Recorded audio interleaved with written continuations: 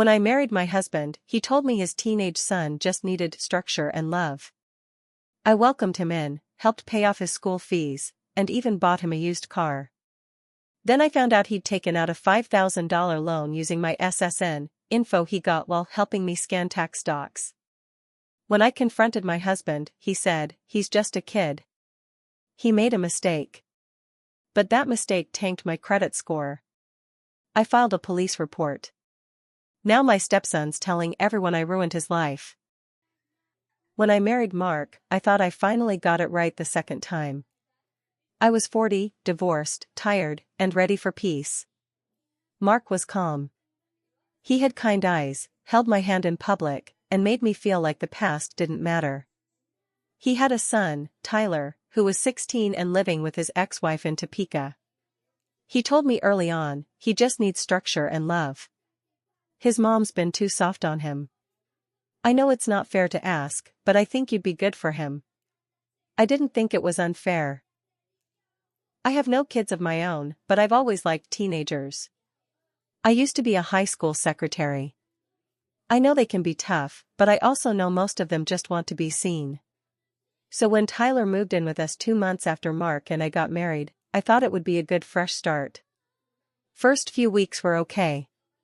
He wasn't warm, but he wasn't mean either. He mostly stayed in his room, gaming and texting. I gave him space. I tried little things. Bought his favorite cereal, took him to school if he missed the bus, helped him fill out job applications. He didn't get any jobs. I didn't push. Then we found out he owed almost $1,800 in school fees from his last district. If he didn't pay, they wouldn't release his transcript. Mark was stressed about it. Said we could try to work out a payment plan. I offered to split it with him. Paid $900 from my savings. When Tyler turned 17, I bought him a used 2008 Civic. It was plain but solid. Clean engine, decent tires, and safe. I paid $3,200 in cash from a small inheritance.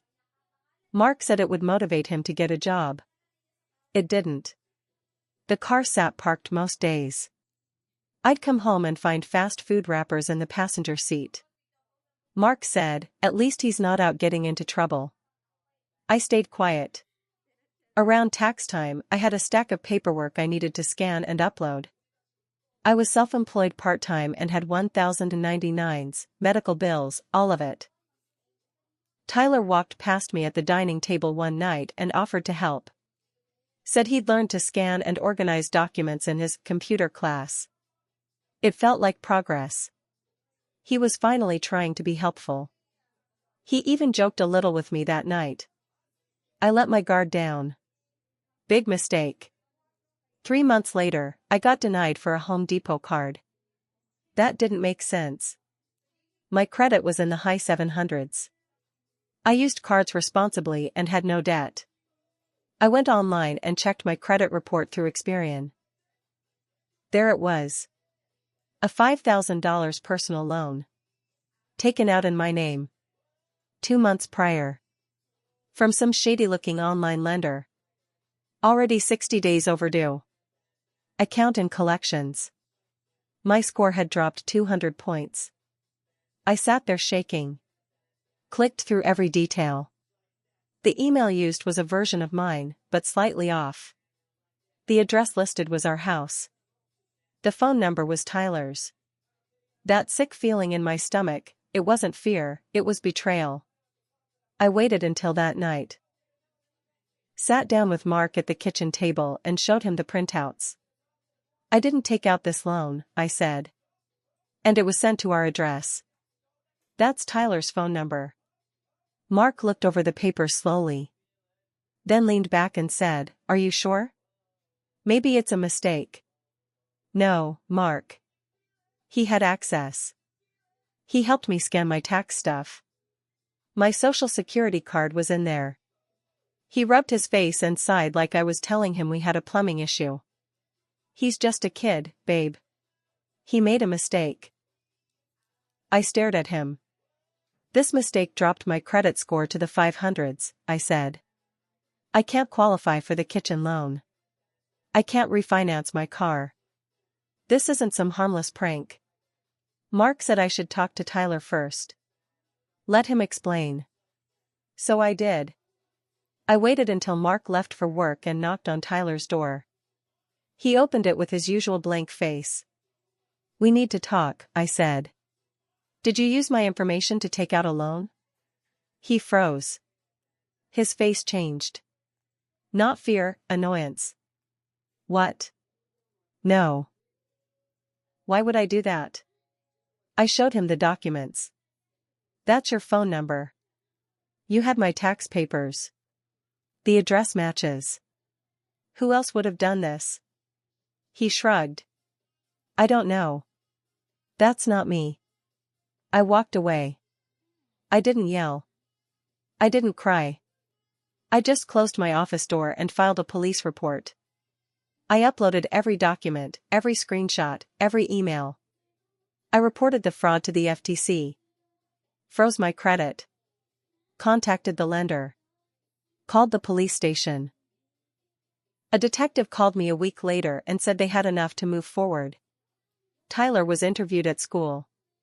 Mark came home red-faced that night.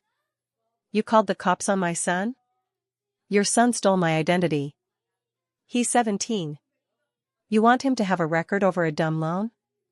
No. I want him to face what he did. He's not a 5-year-old. He committed fraud. Mark didn't sleep in our bed that night. Or the next. Tyler didn't speak to me again. A week later, I got a call from Tyler's mom. She screamed at me on the phone. You're disgusting. He's a child. You couldn't handle him like an adult? Maybe you should have taught him not to commit crimes, I said, and hung up. Tyler ended up with probation and mandatory counseling. He was ordered to pay restitution, which he hasn't. Mark stopped talking about it. He walks around the house like I'm a stranger. I caught him crying one night in the garage. But the worst part isn't the loan. It's what came after. Tyler's been telling everyone I ruined his life. That I set him up. That I wanted him gone. He told his friends. He told his teachers. He even told my in-laws that I framed him because I hate being a stepmom. And Mark? He believes it. Or maybe he just wants to. I saw text messages on his phone to his sister. She's being vindictive. It's like she hates him. That was the night I knew this marriage was done. But I'm not leaving quietly. After that night, everything changed. Mark stopped coming home right after work. He said he was taking walks to clear his head. Most nights he stayed in the garage or the guest room. Tyler still lived in the house, walking around like nothing happened. He blasted music at 2 a.m., left dishes everywhere, and once, he even parked the Civic sideways in the driveway just to block my car in. I stopped doing his laundry. Stopped making dinner for 3. It became 2 meals, mine and Mark's. On opposite sides of the table, eaten in silence. Tyler usually ate in his room, or at the kitchen island, scrolling TikTok like he was king of the house. Then things got worse. I came home one evening to find a notice on the door. Someone had filed a complaint against me with Adult Protective Services. Said I was mentally unstable and potentially abusive to a minor in the home. I was stunned. I sat down on the porch and read the letter 3 times. My hands were shaking. When I called the number, a caseworker told me someone had anonymously reported me. They were required to follow up, especially when minors are involved. Even though Tyler was almost 18, it still counted. I knew it was him. Or maybe Mark. Or both. The investigator came by the next week. I told her everything. I showed her the police report, the credit documents, the court order. I kept my voice steady the whole time. I even offered to let her talk to my neighbors, most of whom had already heard the story. She left after 20 minutes. 2 days later, I got a letter clearing me of any wrongdoing. But that wasn't the point. They wanted to scare me. Humiliate me. Let me know they weren't done. I sat down and wrote out every date, every message, every moment since this started. I made a file, physical and digital. Because I knew what was coming. 1 week later, Tyler posted about me on Facebook. A long, messy rant. He said I tried to get him arrested over a $5,000 mistake and that I lied to the cops because I hated that Mark had a son. He tagged mutual friends. He even posted a photo of a scratch on his car and said I did it. I didn't touch his car. But suddenly, people I hadn't spoken to in years were messaging me. Some defended me. Some didn't. Then, something snapped inside me. If they wanted to play dirty, fine. I wasn't going to hide anymore. I wrote my own post. Not long. Not dramatic. Just facts. My stepson stole my identity, took out a $5,000 loan in my name using my social security number, and tanked my credit. I filed a police report, and he was charged. He's now telling people I ruined his life. I have documentation to back up every word. If you'd like to see it, message me. I'm done being silent. I didn't expect it to blow up, but it did. People shared it. Commented. Some who knew Tyler from school messaged me with stories. Turns out, I wasn't the only one he tried to scam. He'd borrowed money from friends and never paid them back. One girl said he sold her a fake concert ticket. Another said he offered to fix her credit for a fee. I forwarded everything to the detective on his case. He reopened the file. Said it could escalate to fraud across state lines if any of these other cases added up. That week, Mark lost it. He slammed a door and shouted at me, "Why are you trying to destroy him?" He did that himself, I said. And you helped. He didn't speak to me for the rest of the night. But something was shifting. Tyler wasn't untouchable anymore. Then came the biggest twist. One morning, I got a call from Mark's ex-wife. I didn't recognize the number, but I answered anyway. "You need to hear this," she said. "I just found out Tyler tried to open a bank account under my name. The bank caught it." I went silent. "Mark doesn't believe me," she said. "But you were right. I'm sorry I yelled at you." She emailed me the documents. I sent them to the detective. It was enough to show a pattern. Enough to prove this wasn't some one-time mistake. Tyler wasn't confused. He was a liar. A thief. A manipulator. And now he'd done it to both of us. Mark refused to believe it. Said we were ganging up on his son. But it didn't matter. Tyler was being watched now. Closely. Tyler's second fraud case took things to a new level. He wasn't charged yet, but the bank flagged the attempted account and turned it over to law enforcement. The detective said it could qualify as a federal offense this time. But Mark? He still doubled down. He said his ex was probably just trying to make him look bad, and that I was feeding her poison. That's when I realized Mark wasn't just in denial. He needed Tyler to be innocent. He'd bet everything on that belief, and now, even the truth couldn't shake it. I started keeping my own money in a separate account. I pulled my name off the joint credit card. I paid a lawyer $400 to draft a post-nuptial agreement just in case things got worse. And they did. About 3 weeks after the second fraud report, I got a notice from our internet provider. Someone had tried to access my account and change the email and password. They failed, because I'd already set up two-factor authentication. But it was another line crossed. I called the provider. They confirmed the request had come from inside the house, our IP address. I confronted Tyler the same night. He laughed. "Why would I even care about your boring emails?" he said. Mark sat on the couch, silent. "You're not even good at lying," I told him. "You keep leaving your fingerprints everywhere." That's when Tyler snapped. "You think you're so perfect, don't you?" he said. "You don't even have real kids." No wonder. Mark jumped up then. Told him to shut it. But it was too late. I turned to Mark. That's what he really thinks. And you let him.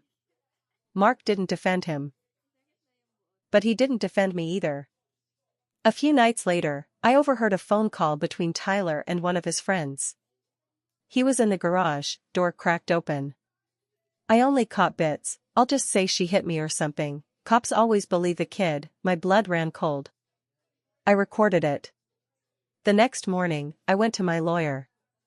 She told me what I needed to do: file for legal separation, start the process of removing myself from any joint property, and get a restraining order if I felt unsafe. She said if Tyler even suggested making false claims, I had every right to protect myself. So I did. I filed for legal separation. Mark was blindsided. He cried. Said he didn't see this coming. I reminded him that I told him months ago, if he chose to excuse fraud and harassment, I'd walk. Then came the real twist. A woman messaged me through Facebook. Said she worked at the local electronics store. That Tyler had tried to buy an iPhone using a fake ID. And when the transaction failed, he left in a rage.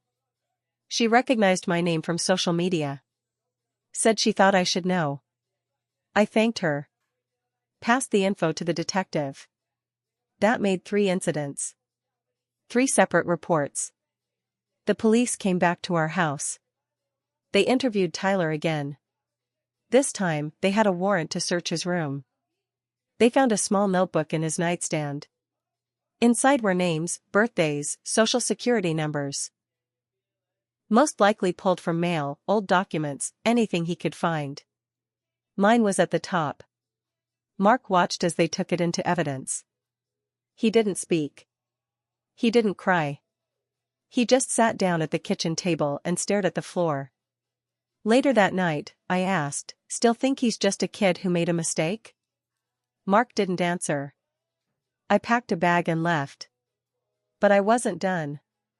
I moved into a short-term rental outside Lenexa.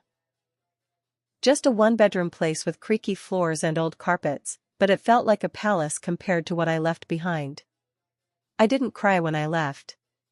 Not for Mark. Not even for what we lost. What I felt was something heavier. Cold. Like a switch flipped inside me. 2 weeks later, I filed for divorce. Mark didn't contest it, but he didn't sign right away either. I think he was hoping I'd come back. Hoping this would blow over like a bad storm. But storms leave damage. The fraud cases against Tyler moved forward. The police pieced together 3 confirmed identity theft attempts, 2 of them successful. They'd also found a prepaid debit card with my name on it and a small stash of opened mail with other people's names. That tipped it into federal jurisdiction. He was arrested again. This time as an adult. He pled not guilty. I sat in the courtroom during his arraignment. He looked different, smaller. Like a balloon that lost its air.